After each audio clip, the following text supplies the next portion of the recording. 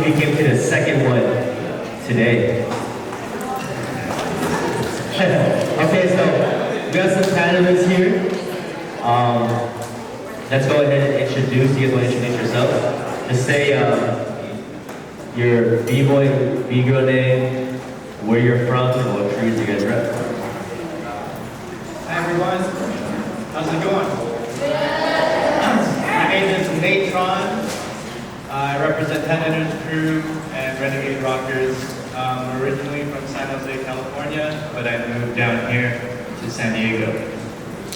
And I've been breaking for about 23 years.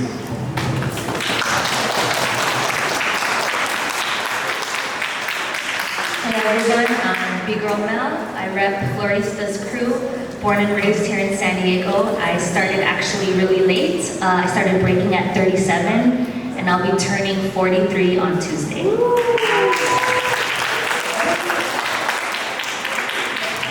Hi, my name is and from Korea. Represent Flow XL Crew, Seven Commandos, and Red Bull Vision All Star. I've been dancing 24 years now.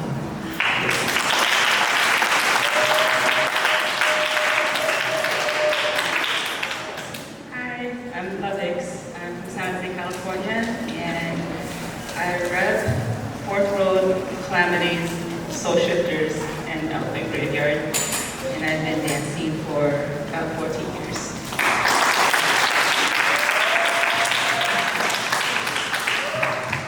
And I'm Energetic, representing Calamities, California. From here, what's up, man? What's up? From here, San Diego. Been breaking for 20 years. You guys probably heard at the jam yesterday. But yeah, this is the second youth breaking conference, and this is just something that we want to provide for you guys as youth breakers in America. Create some type of platform specifically for you to excel at, right? Because you guys been to jams, since you guys been breaking jams, and obviously the kids battles are usually the things on the side, right? Right? But now we want to have you guys have your own platform, your own spotlight where you guys are the main event. You know what I mean? And it's a whole learning process. And you guys are gonna battle later on today, right? Y'all battle? Everybody battle? Yeah, it's gonna be crazy. Anyways, so if you guys have any questions, plan them in your brain. We'll ask them later, but I'm gonna ask a few questions to our guest. Yeah? So first off, let me, I'll just go left to right. We'll start off with LaVix, okay? If you guys didn't know, LaVix is actually a UC Berkeley graduate. Bachelor's, right? Yeah. So I just want you to just kind of touch base on how you were able to balance your breaking life with such a high educational standard. And you went to the top public school in America, UC Berkeley, and you are now the #1 b-girl in the USA. If you guys don't know, she's on her way to the Olympic route, and she's currently ranked #1 in all of America with the most points. So,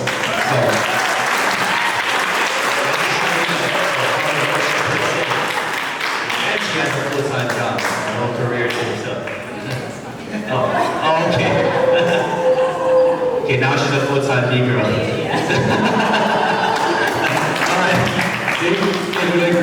Alright, let's explain that. Alright, so I actually started breaking when I went to college, so before that I played volleyball in high school. And in college, I didn't sleep that much, so there was a lot of the school portion of it took up a lot of time.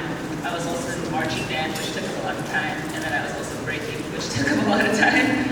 So I don't know how he did it.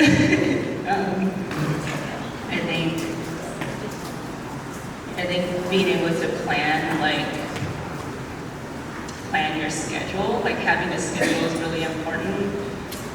Otherwise, you can get lost in kind of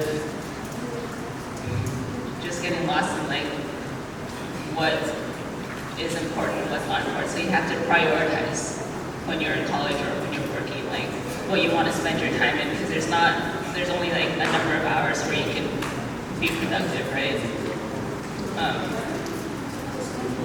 And then it doesn't just stop in college, right? After college, you kind of have to get a job. I worked full-time for 10 years in environmental sciences and consulting, and I was also breaking. So I would work from like 7 to 5, and then I would break for like 4 or 5 hours after that.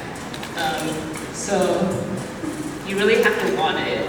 Like it takes up a lot of your time if you want to go the break route, and it's definitely a hard thing to balance, like your physical, your mental health, and that's why I quit my job in September to be able to spend more time breaking and to be able to spend time like resting and recovering myself mentally, spiritually, and physically, and it's definitely very helpful. Yeah, it's just all about balance. You guys can translate that to you guys going to school, right? What do you guys put in? When I started breaking when I was your guys' age, like 9 years old. Any 9-year-olds here? So I started right when I was 9, right? 9 turning 10. And you guys break every day after school?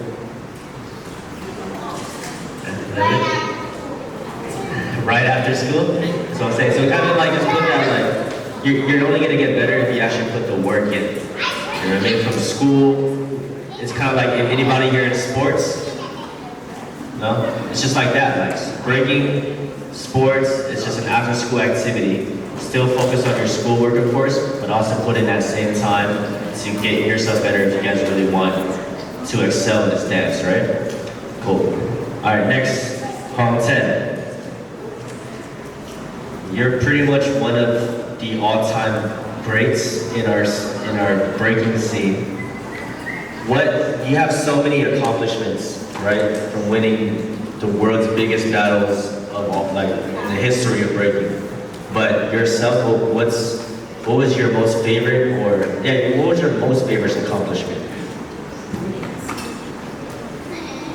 Accomplishment is like,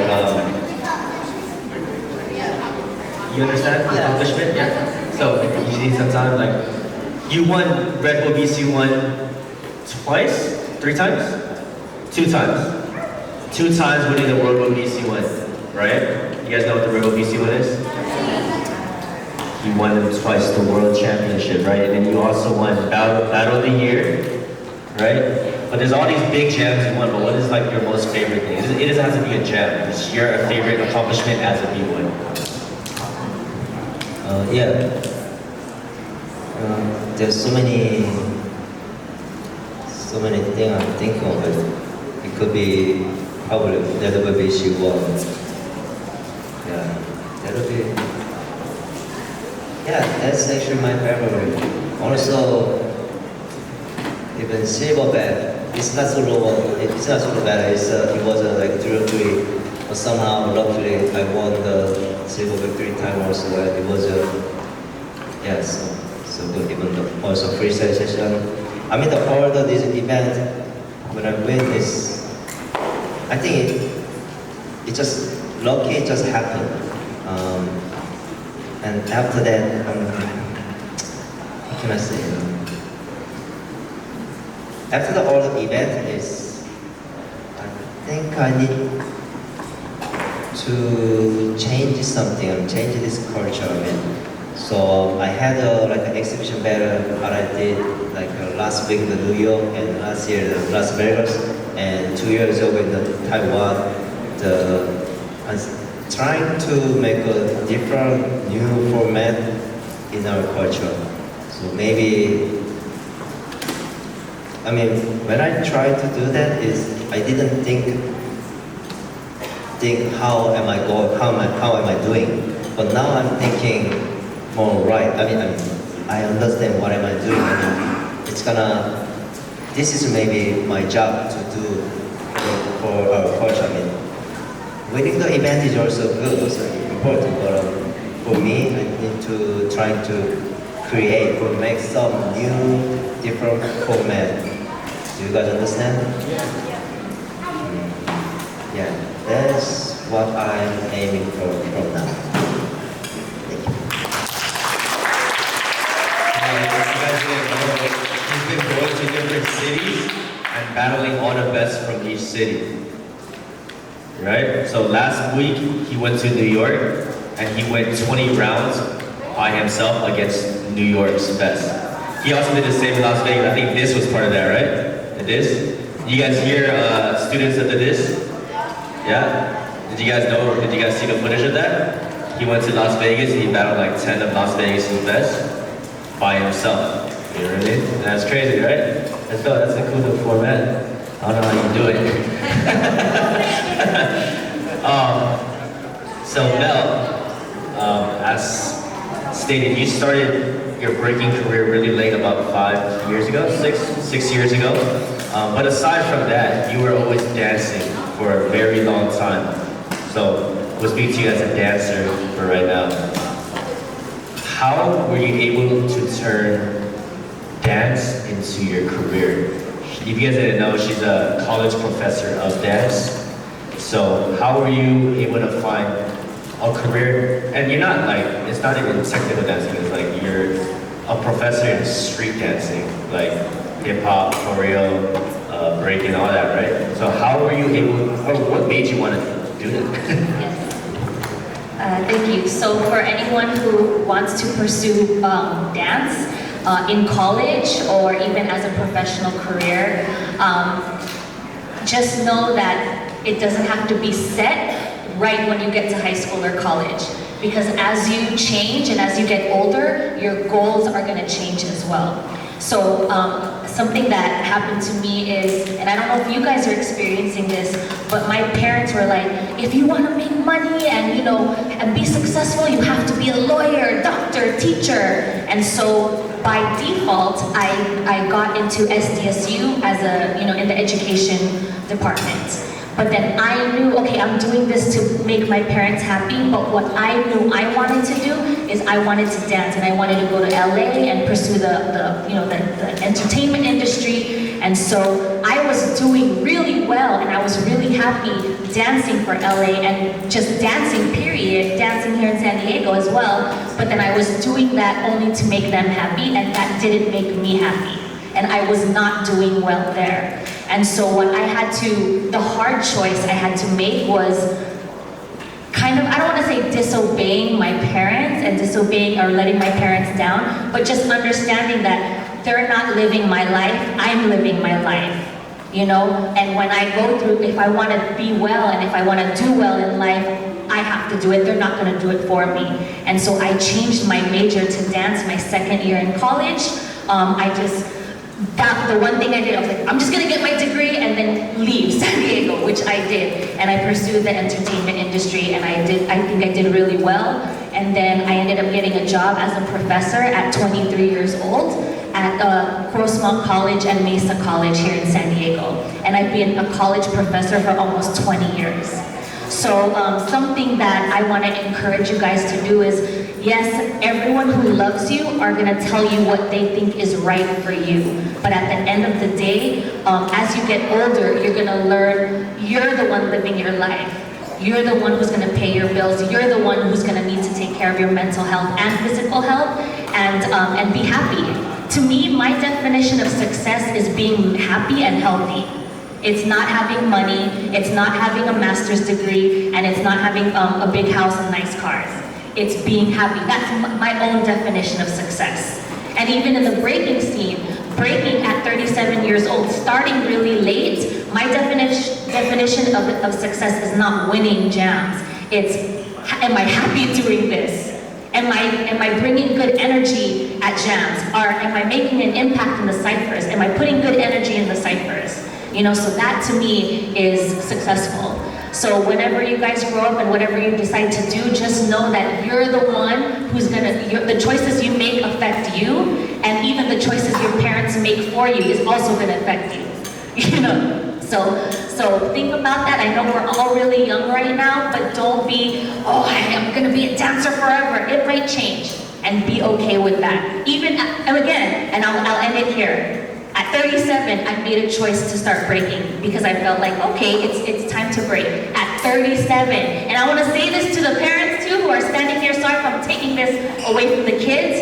If you're anywhere older, you are never too old and it's never too late to start something. I started at 37. At 37, I'm 42. I'm teasing, and I'm still trying hard, working hard. So don't let anyone ever, and don't feel this in your head. Don't let anyone tell you you're too old. I'm too old for this. Yeah, because you're telling yourself this, or someone else is telling yourself that. No, you are never too old, and it's never too late to get yourself in a happy and healthy space. Thank you.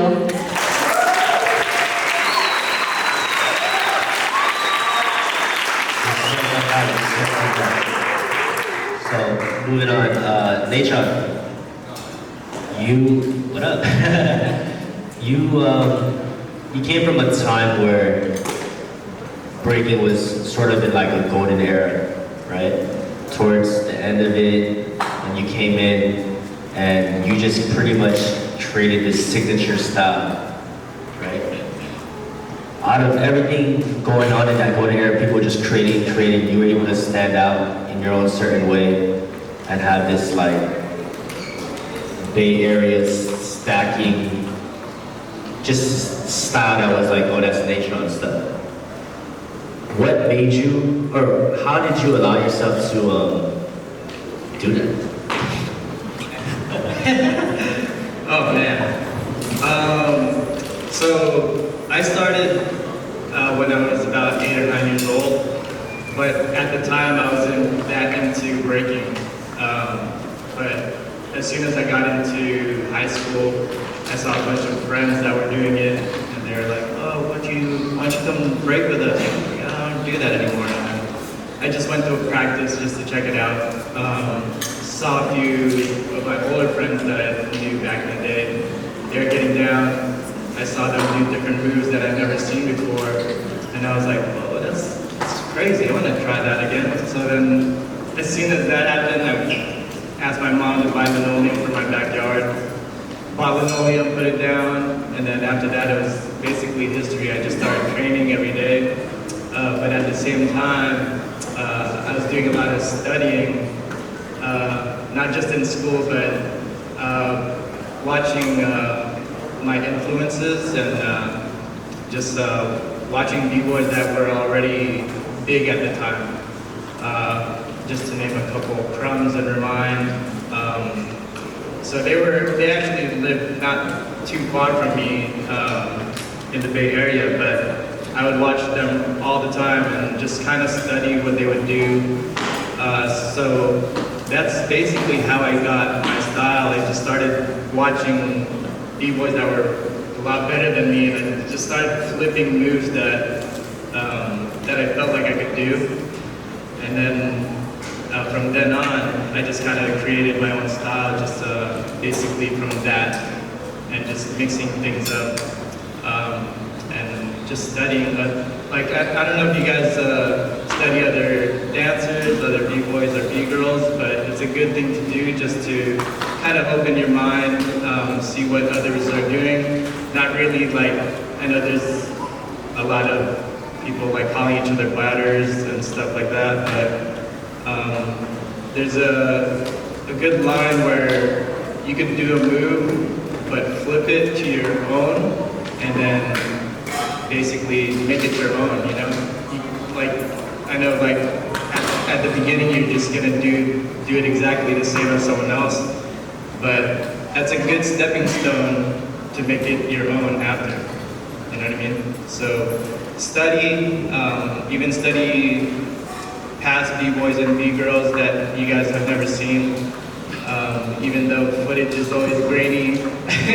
Like I have kids and I'll show them like old videos, and they're like, why is this so like blurry, like all these pixels and stuff. You know what I mean? But just try to study it and like just enjoy what we've gone through and just kind of flip everything. All right?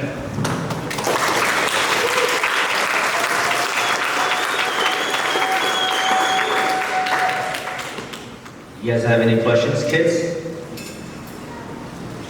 Yeah? To a specific person? Alright, what do you want?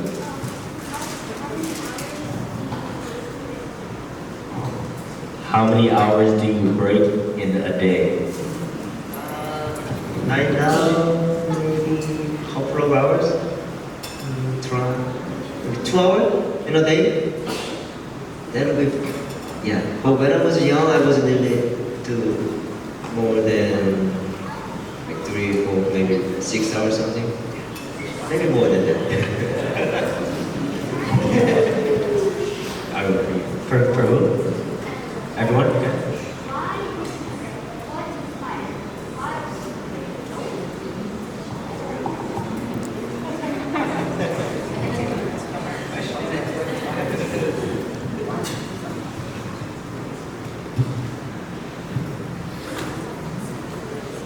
Well, I started breaking. It was kind of the stupid reason why I started breaking. I basically saw a B-girl on So You Think You Can Dance. And I was transitioning from high school to college. So like I said, I played volleyball in high school, right? And I was too short to play volleyball in college. So then I was like, well, I gotta find an activity where I won't gain the freshman 15. So that's why I started breaking. But of course, I continued just because of the community aspect. Like, I enjoyed listening to the music, hanging out with my friends, and just like being inspired to be creative. Like, I really enjoy breaking because there's an infinite number of ways that you can move your body and use your creativity. It's really unlimited in ways where you can just kind of like be free.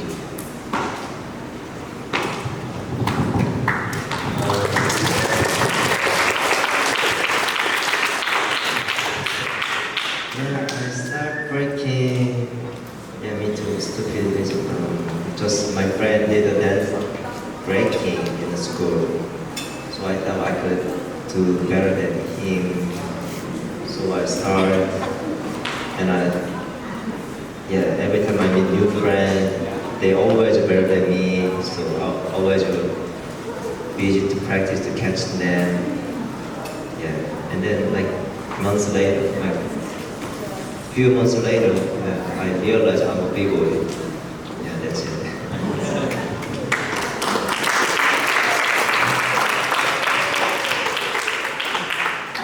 I started breaking because I think I just got bit with the B-girl bug.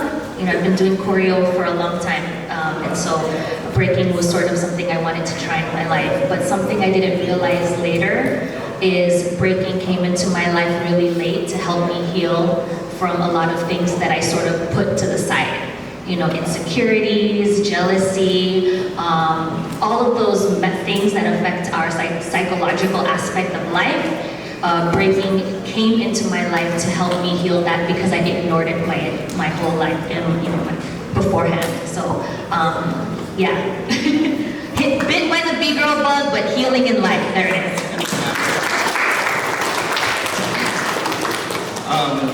I started because my older brother was the one that was like, hey, you should try this. And I was like, oh, that looks pretty cool. He's like doing head spins and everything. And I was like, that's pretty crazy. And then I tried it. Then in high school, that's like what I said earlier, I went to my friend's house, saw them getting down, and I got really inspired to do moves that I didn't know I could do. And then from then on, it was just like practicing with my friends, listening to new music. The music part is probably the biggest thing, just because you meet a bunch of friends, especially in high school, that just listens to a bunch of different music, and then after that it was history, you know, just getting down, listening to new music and just feeling.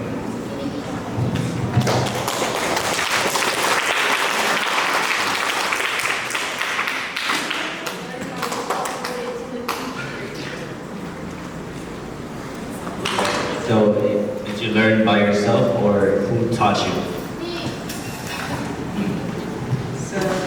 I first learned some like 3 steps and 6 steps from, I think it was like a Korean YouTube video.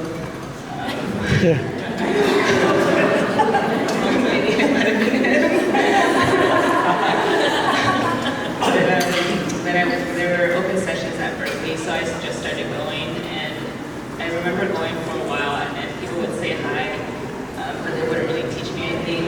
And so I remember going for like a month, and finally, our monkey actually was like, "Hey, you're doing your 6th step wrong. Like, you should do this." And so I never really went to like formal studio classes, but I just got taught by like the people that were around me at sessions.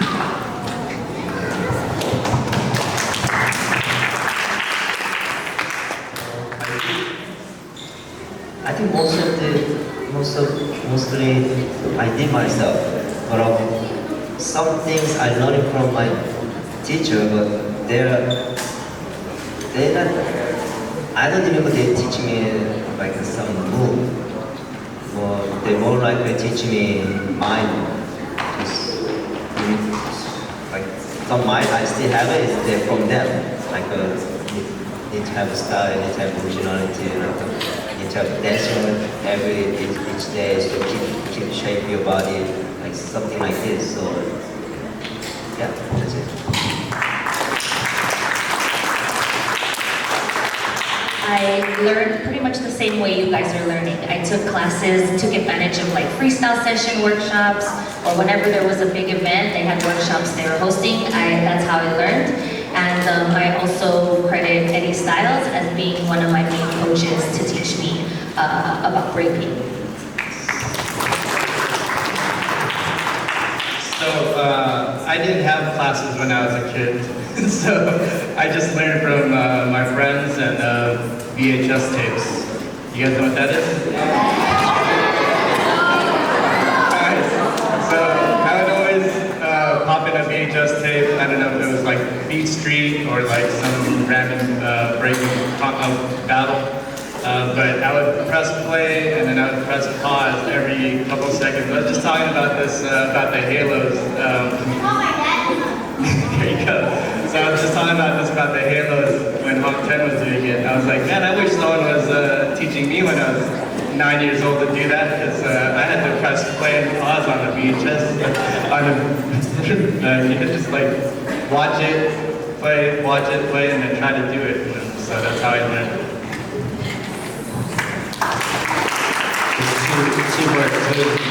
Two last questions here. Is it for a specific person? Or everyone? Okay. Yeah. Other style. Do you do other styles except breaking? I also learned how to house dance. Halfway through breaking, I stopped breaking for a bit because it was not very fun anymore. And I learned how to do house. So I'm able to incorporate house into my breaking.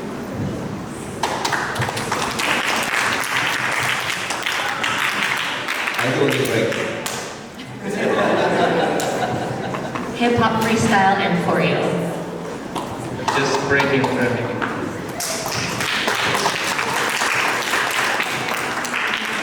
Go ahead. What's Your favorite move?